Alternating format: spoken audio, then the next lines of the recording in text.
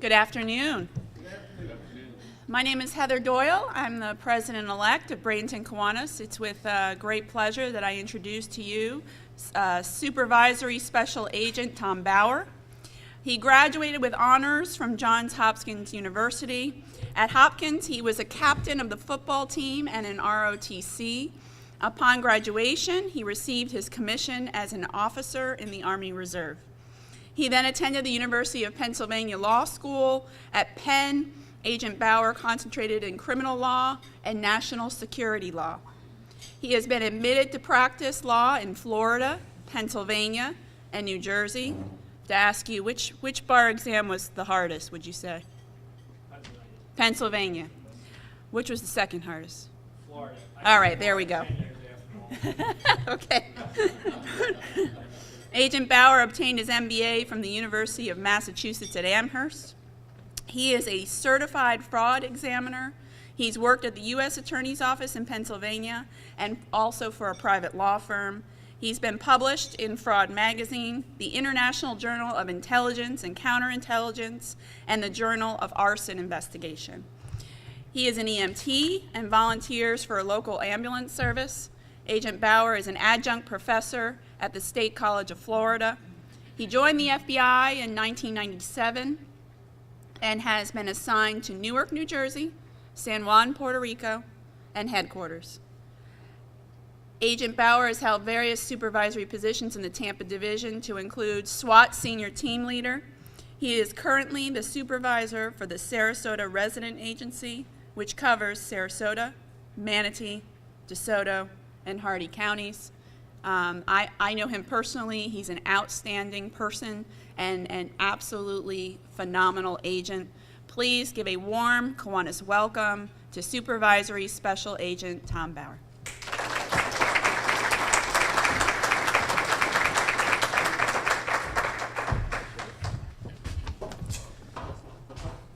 Good afternoon, everyone. Thank you for the introduction, Heather. It just shows that anything you put in front of lawyers, they will read without asking too many questions. I should have laid it on a little heavier.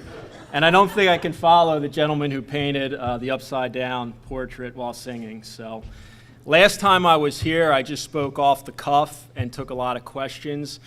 This time I've prepared some remarks. If anyone has any questions, please interject, raise your hand, and we can go wherever you guys would like to go. I was thinking of just providing you with a brief overview of your FBI office here in Bradenton, Sarasota, and sharing two recent stories with you that illustrate our work. If there's time, we can discuss a few scams that are going around that are victimizing citizens in our area. So the Sarasota office covers Manatee, DeSoto, Sarasota, and Hardee counties, 4 counties. There are investigators that work on all types of federal investigations to include violent crimes with an interstate nexus, white-collar crimes, drug trafficking, healthcare fraud, foreign counterintelligence, and counterterrorism. We work hand-in-hand with the sheriff's offices, FHP, and police departments in our area on a daily basis and enjoy outstanding relationships with all partner agencies. My office is comprised of agents, language specialists, forensic accountants, intelligence analysts, and the task force agents on loan from the sheriffs and chiefs in our area. You should know that the Sarasota office is one of the most sought after and desirable FBI offices in the country, and I feel blessed and fortunate every day to go to work. As Heather said, this is my 3rd office, and this is where I plan on staying. For me to move up higher managerially, I'd have to become an assistant special agent in charge, and they could send me to Cleveland or Sacramento.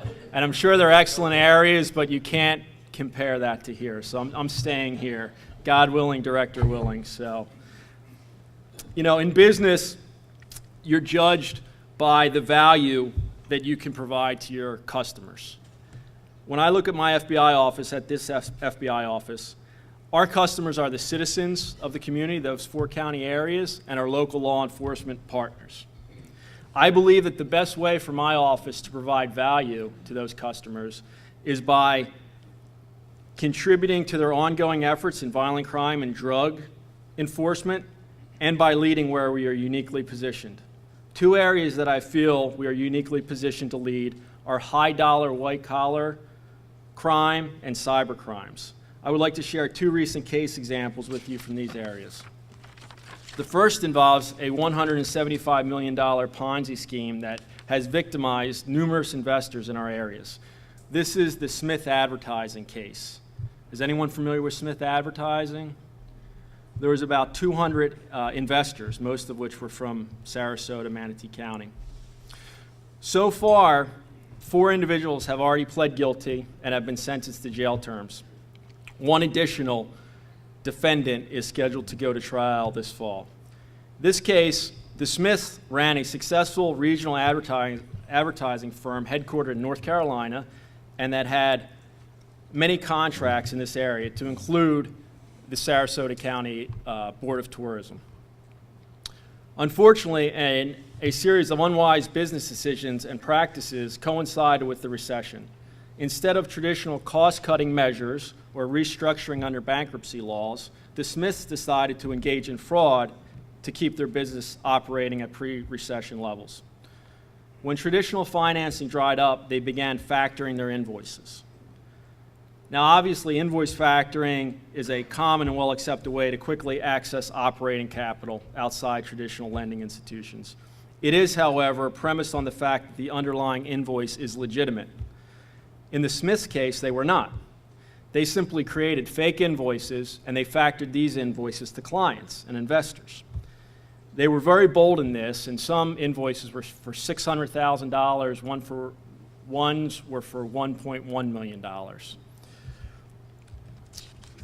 They would factor this invoice, and then the client would give them the money, and like a Ponzi scheme, the client would get paid back when additional investors provided them more factoring capital. Ultimately, this scam was discovered, and it was discovered the way a lot of scams are discovered. Somebody just asked logical follow-up questions, and that's what one of these clients did.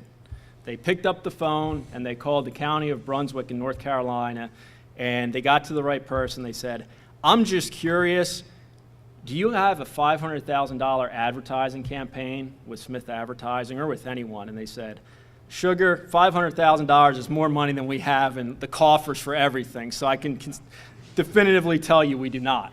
And that started the dominoes falling. So many of these people that invested with the Smiths were regular people, and this is the real shame of white-collar crime. It's not the multimillionaires. We have a lot of victims who were retired school bus drivers who lost their pension. People lost $100,000, $200,000, which is a lot of money, but it wasn't people who invested $2 million, I hate to say it, who otherwise had a net worth of $100 million, and it still affected them, but it didn't crush them as much as it crushed some of these ordinary folks that invested their money. The financial loss to these citizens meant that they needed to sell their homes, take additional jobs, or not retire on schedule. For the Smiths, their decision to engage in fraud will mean significant jail time. The second example involves the use of the internet by criminals. As you may know, there is a dark internet out there that has provided criminals and fraudsters a cloak of anonymity to operate. One of the first investigations my office had in this area involved a man in Charlotte County who was selling biotoxins on the dark internet, the dark web. He was selling ricin and Abrin to people in the United States and overseas who wanted to poison others. One lady in England poisoned her husband this way, and he died after being hospitalized for a few months. A more recent example involved a man who lived an hour south of here. This man was an administrator of a particularly vile child pornography website named the Playpen. Bless you. The Playpen specialized in infant pornography and was hosted on the Onion Router, which is simply known as Tor. Has anyone heard of the Onion Router or Tor? It's actually a legitimate search engine, and they market it as being able to protect your identity and your financial information when you're on the internet. And it provides anonymity by using a series of switch computers all across the world to anonymize your IP address. So it's very hard to track down, it's very hard to crack. Unfortunately, criminals and pedophiles have used the Onion Router to evade law enforcement. Due to the architecture of Tor and the Playpen, the only way for us to identify the people producing and trading child pornography was to access the administrator's computer. There are only 5 such administrators in the world. Through some unbelievable investigative work, agents much smarter than me, primarily around the DC area, were able to identify one that lived in Charlotte County. Finding him would prove to be easier than actually accessing his computer, though. To do so, we would have to catch him when he was logged on. I'm sorry, you told me to close this. To catch him while he's logged on to both his laptop and to Playpen. Due to Tor and other sophisticated encryption, we would have to physically grab him before he could lock his computer with Control-Alt-Delete or just shut his computer down. To complicate matters, he only logged on for a few hours at night, normally from midnight to 3 a.m. And you know FBI agents don't like to work past 5, right? I'm just kidding. He also lived in a remote area, had CCTV coverage around his house, and had a history of pulling his gun on unwary citizens who came to his door during the day. And those encounters where he pulled his gun, they were documented in police reports because the person who came to his door, whether it was somebody trying to sell him a roof, which was probably a fraudster, and in one case, a guy looking for his son that was at another house birthday party, they would call the police. And the police would respond, and he would say, "You're darn right I pulled my gun. I was going to do whatever because, you know, he was invading my space, and this is my castle, and stand your ground and everything else." So you're a very volatile guy.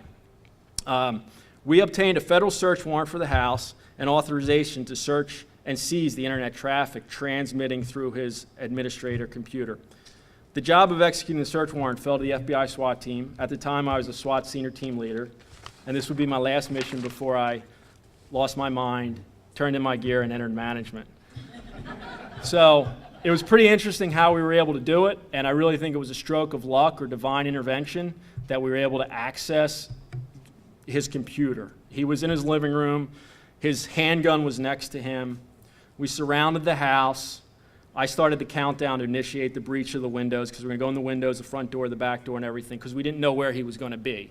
It was about 1 o'clock in the morning. I had an observer team in the woods around his house. There were no lights on in the house. I was hoping there would be lights on so we could say there's a light on in the 3-4 corner, the red-black corner, and that's where we would enter. But he had no lights on. I didn't think he was there. The computer geeks from headquarters said he's definitely there. There's computer traffic coming out of that house. Hit the house. I said, okay. So rounded the house. I'm ready to do the 5, 4, 3, 2, 1 countdown. And he comes to the door, and the door has a glass thing at the top, right? And it was just like this. There was 2 steps up to the landing where his front door was. And so we were kneeled down. We had our night vision goggles on. We're kneeled down. And I just look up, and I see his head, and he's looking around. And the first thing I thought is, oh, my God, this guy's a giant. Because I was crouched down. He was like 6'2", but he was like 4 more feet. And I was like, abort, abort. This guy's 10 feet tall. But I said, compromise, execute, execute. So basically every window and door in the house came down. We struggled with him at the door. Finally, the door came down on top of him, and his laptop computer was open. As soon as we came in the living room, his laptop computer was right there, and I had one guy designated, and it was the person whose picture was up here, Dave Nelson. He's one of the cyber agents on the SWAT team. He was a designated mouse jiggler. His only job was to jiggle the mouse so the computer didn't lock up. So I said, you cannot mess this up. Whatever you do, So here's this guy who's dressed like he's getting ready to invade Fallujah, and he's just sitting there on the couch. While we're clearing the rest of the room, dogs are running out, cats are running out, flashbang smoke's going off, and he's just sitting there like this, moving the mouse. So that was a great, great day. Because of that and how everything worked out and the divine intervention or whatever you will have, we identified 1,300 people in the United States, 2,800 people in foreign countries engaged in child pornography. Most importantly, it directly led to the recovery of 58 children who were being exploited by their caregivers. So this was filming video. It's just disgusting. So that's probably one of the best things I've been involved in my 20-year FBI career, just because of that. So there are two cases. White collar is a priority for me, and cybercrime. One threat we're seeing a lot more now, an uptick of, is business email compromise. And we were discussing this at my table. Business email compromise is targeted at businesses who conduct a lot of financial wire transfers. And you have the bad person if your email address is abc1auto@gmail.com, a bad guy or gal will start abciautos@gmail.com. So it looks like your legitimate email address. And they'll send an email to you and say, hey, we changed our bank, or because we were compromised or whatever, so now this is the new ABA routing number and account number for our payment. So when you remit payment this month, send it here. And that happens a lot. There's a couple variations on it. Usually the actors who are doing it are overseas. What they do is, a lot of times they have unwitting money mules in the States that set up bank accounts for them. And a lot of times it's people who want to work at home, housewives. My wife is a home housewife for our 4 kids, so nothing disparaging about that. It's the hardest job in the world. But people who can't do like the 9-to-5 jobs, but they open up bank accounts and they think they are doing it for e-commerce businesses that need a bank account to shuffle money around and that sort of thing, or they think that that's the bank account that their wages are going to be deposited into. So they get a wire transfer into this account here in the States, and then it goes out to the foreign bank account. And once it's overseas, it's very difficult for law enforcement to get that money back or even arrest the individual responsible for it because they're just not subject to our jurisdiction in the countries they're in. What we can do is there's something the government came up with called the financial fraud kill chain. I don't know why it's such a violent name, but it's probably because it was some white-collar weenies who came up with that name. But we can invoke the financial fraud kill chain if the wire transfer is over $50,000, if it's international, if it's bound internationally, if a swift recall notice has been initiated by the bank, and it's within the last 72 hours. So if you are ever defrauded and you wire transfer money and it meets those criteria, namely over $50,000 within the last 72 hours, please call my office. 1-800-CALL-FBI is their public access line, or ic3.gov is how you can file things on the internet. Cyber insurance is becoming more common now for businesses to have cyber insurance in case they're victimized by this. One of the big ways to avoid it is to avoid free email services. Avoid, if you're a business owner, avoid Gmail account, Hotmail account. Register your own company's domain and use that because there's some security features ingrained into those your own domain names. Be careful what you post to social media and company websites, especially chain of command organizational charts, because they can prey on that and they can say, hey, your boss Joe, I work at the bank, your boss Joe told me to do this. And a lot of times frontline employees don't ask too many questions. Don't leave out-of-office replies, automatic out-of-office replies on your email. Don't reply to an email. Forward it to the email. So if I believe I got an email from you, I wouldn't hit reply. I would hit forward, and I would type your name until it auto-populates in the email. And I know it goes directly to you and not like a one-off email. engage in a double verification process where I got an email from you, I pick up the phone and I call you, hey, do you really want me to send you $200,000 from your IRA account now? And also double authentication, where you use a password to log onto your computers, and then you have something like a cyber code that changes randomly and that the computer will recognize, but anyone who doesn't have that little chit won't have that. Do you guys use that for your business emails at all?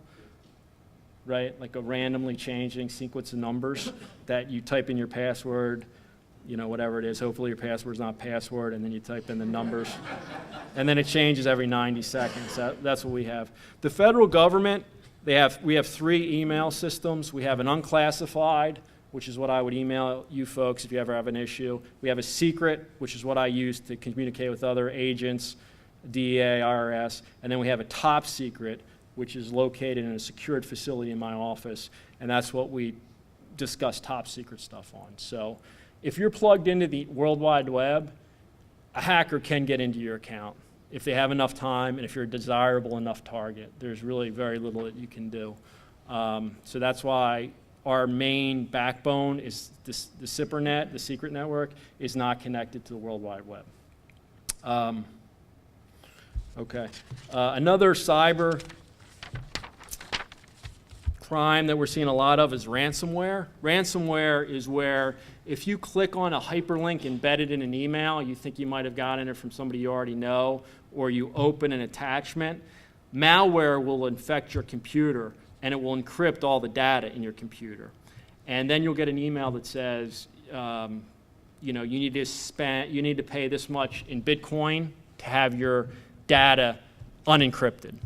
And sometimes they will unencrypt it, but then they'll just re-encrypt it 6 months down the road. So the only way to really get around that, besides not clicking on links you don't know and not opening documents, is having a backup server that has all the information, whether it's the cloud or another server in your house, and there's an air gap, so it's not connected to the computer, so the virus can't transmit from your computer that was infected to the other computer.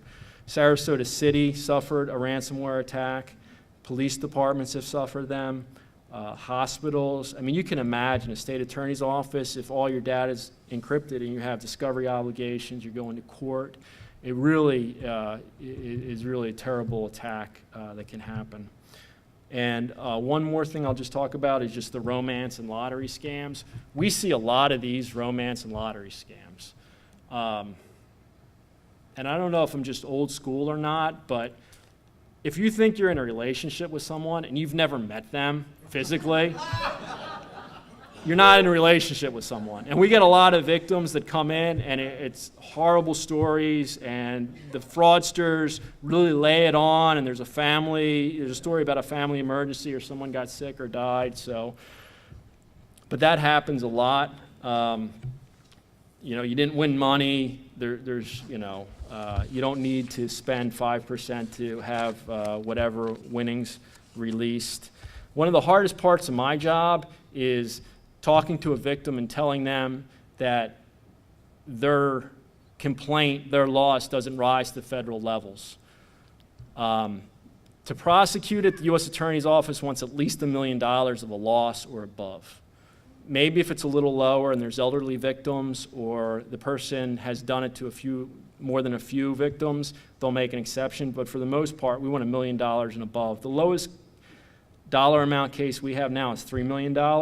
So I'll get a call from someone who said they lost $400,000. I'll look in the computers. I'll check with the SEC, Federal Trade Commission, Office of Financial Regulation here in Florida, IRS, to see if I can aggregate that victim with other victims from across the country, so maybe I can open a case up on them. That usually works at maybe 15% of the time. But for the most part, I have to tell that person that we can't investigate their case. And that's horrible, because then you get the questions, well, you work for me, my tax dollars pay you, and I understand it, but it's like triaging in an emergency room at a hospital. Some people come in, you can't treat everyone. I would love to have 5 more white-collar agents, and then we could work the lower, $500,000 and below, but then people have to pay more tax dollars. So right now, my 3 white-collar investigators are focused on like 3 million and above. I'm starting an economic crimes task force with IRS. Hopefully a representative, I talked to Sheriff Wells, he supports it. I talked to Sheriff Knight, he supports it. Representatives from the Sheriff's Office, and hopefully Office of Financial Regulation in Florida. So that's the conclusion of my prepared remarks. I'd love to talk to you guys if you have any questions. Yeah, who do you refer somebody below 3 million? Florida Department of Law Enforcement, and also civil attorneys, because there are civil attorneys who do that kind of recovery work. FDLE has a pretty good program. They're short-staffed. I mean, those guys and gals are great, and we work with them closely on everything, but they don't have as many investigators. My priority here is white-collar crime because there's a lot of wonderful people who are trusting, who have earned enough money over their course of their life to be attractive targets to fraudsters. And not many other people are doing the white-collar, the high dollar. So I'm trying to plug in where I can. Sir? Have we seen advancements in kind of the defending or the fighting of all of this? I mean, it seems like with the advent of all the cybersecurity degrees, and we're hearing so much about that, and those kids come out and they're Yes. immediately horrible and everything else. It seems like we only hear the bad side of everything. Are we making progress on? Yeah, we're making progress. It's just the cat and mouse game. I mean, they're sort of one step ahead, and then we counter their move, and then they come up with a new way. One of the biggest vulnerabilities is just the end user who clicks on that link or opens the attachment or sends the money without verifying it through a second means. But there's some great success stories out there. Some are classified and others are, you can see in the paper, but it's just a constant game. And criminals have the profit motive, whether it's a drug dealer in Colombia or a computer hacker in Eastern Europe. They can make $2 million, and they can work around the clock if they want to make $2 million. The people who work for me, we have to work at least 10 hours a day. A lot of times it's over 10 hours, but every day has to be at least 10 hours. And then you go home, you coach Little League, you hug your kids, you do the other things. And you have somebody who's in a windowless office somewhere writing new malware codes to unleash on people. So, sir? Yeah.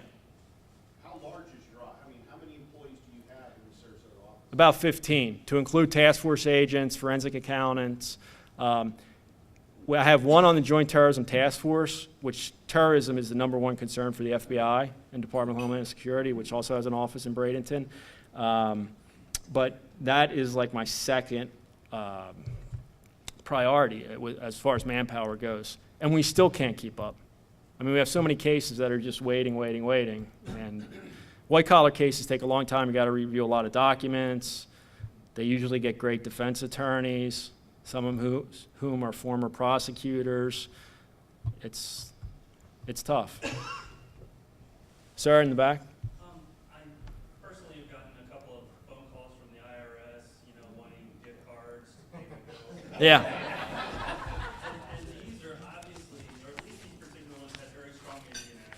Yes. A lot of these come from Russia or India or China. Is there anything you can do? I mean, that one in particular seems like Yeah. there'd be something that you could do to cut it off from getting here in the first place. Yeah, we have agents. Jamaica was big. We have an office in Jamaica with 5 agents down there. We have an office in Russia, actually, in Moscow. In Georgia, we have an office. Yeah, they're working on it. It's just sometimes they're not where they are, where their accent seems to be where they are. So I've got about 4 years until retirement. In my retirement, I would like to respond to these emails, some of these emails, or send them back a malware email to cripple their system. But there was one case where we thought the person was in Miami, so we were trying to draw the person out of Miami to meet at the Walmart where they wanted our senior citizen victim to buy a Green Dot card. And we taped a series of phone calls with them, and it was they weren't in Miami, but they were arrested in Jamaica later. But it was funny because we would say to the victim, tell them that you don't understand the Green Dot process. Can they just meet you in the Walmart and walk you through it? And then you have more money for him. And he was resisting, and then it got to the point where we said, tell them that you got the Green Dot, but then somebody else called you and you sent them the money, the code. And we said, well, Mr. Johnson called. She said, Mr. Johnson called me. He said, what? oh, Mr., I told you not to talk to anyone else. Hold on a second. And then he puts her on hold, and they're in the boiler room in Jamaica, in Kingstown. And you know he's just saying, did anyone call some old biddy from Sarasota saying he was Mr. Johnson? No. And he, oh, man, no, you don't send money to anyone else. And this lasted for a few months, and there was just a little bit of satisfaction I got from that, knowing that I was annoying somebody else, but a bad guy. But it's I hate to say it, but it's the nuisance to law enforcement. There's so many of these, and you shut one down, and then there's 5 more that do it. And they do it to 100 people, and 5 people respond, and they make $100,000. They're going to keep doing it. 95 people say no, but then you get the 5 people who believe them. Sir? Follow his question, you know, you said that almost retaliatory there. Are we doing any cyber attacks on that, or was it all just kind of responsive to what they're coming to us with? That's a great question. I don't know of doing any cyber response attacks to people that are just doing that type of fraud. I wish we would, and that's something that I've been thinking about. I know we do a lot of cyber attacks for foreign counterintelligence purposes and other things, but I don't think it's gotten to that level right now. It should. I mean, you're onto something. You know, I know there's an office. Conventional military use, if we were being attacked, Right. conventional military, we'd be firing back. Right. And right now, we're just taking it. We're taking it, yeah. And a lot of that is the internet is supposed to be free and free of government regulation, and there would be people who would definitely say something if they knew that the FBI was sending out like killer emails on the internet to people that we deemed to be criminal.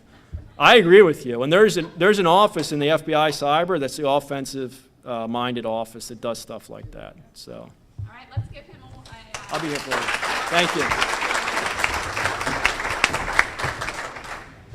And just to briefly touch upon what Agent Bauer said, you know, I'm a prosecutor in state court. That's my day job. In our office, that's the reason why we have a white-collar unit. And Mr. Chambers can attest to the fact that they are busy. I mean, they are busy. Those are labor-intensive cases. Those are cases where we work as a team with multiple agencies. And that's also why when he talked about the takedown that he did of the child pornography and the children's lives that he saved, that's also why we have a sex crimes unit right here in Bradenton, is to be able to give the attention that those cases greatly deserve. So with that being said, I do have a small token of appreciation for you. It is the Kiwanis Golden Rule. Did you get one last time? I did, yeah. Well, you can't have one now. I still have it in my office. I love it. It's great. No twosies. All right. This is the Kiwanis Golden Rule. It is here to help gauge your future success. And we thank you so much for protecting all of us. All right. Thank you, Heather. Appreciate it.